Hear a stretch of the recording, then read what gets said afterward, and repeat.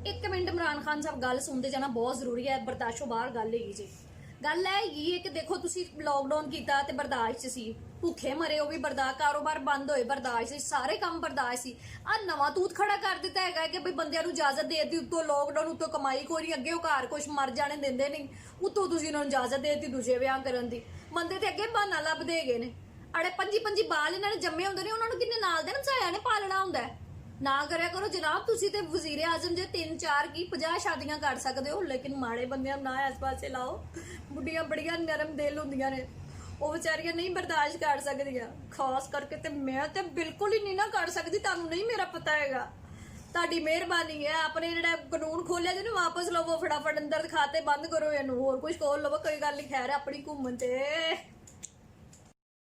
एक मिनट इमरान खान साहब गल सुनते जाना बहुत जरूरी है। बर्दाश्तों बाहर गल है जी। गल है कि देखो तुसी लॉकडाउन किया ते बर्दाश्त सी, भुखे मरे वो भी बर्दाश्त, कारोबार बंद होए बर्दाश्त सी, सारे काम बर्दाश्त सी। आ नवा तूत खड़ा कर दिता है कि भाई बंदियां नूं इजाजत दे दी, उत्तों लॉकडाउन उत्तों कमाई कोई नहीं, अगे घर कुछ मर जाने देंदे नहीं, उत्तों तुसी उन्हां नूं इजाजत दे दी दूजे विआह करन दी। बंदे ते अगे बहाना लभदे गए ने। अड़े 25-25 बाल इन्हां ने जम्मे हुंदे ने, उन्हां नूं किन्ने नाल दे नसाया ने पालना हुंदा है।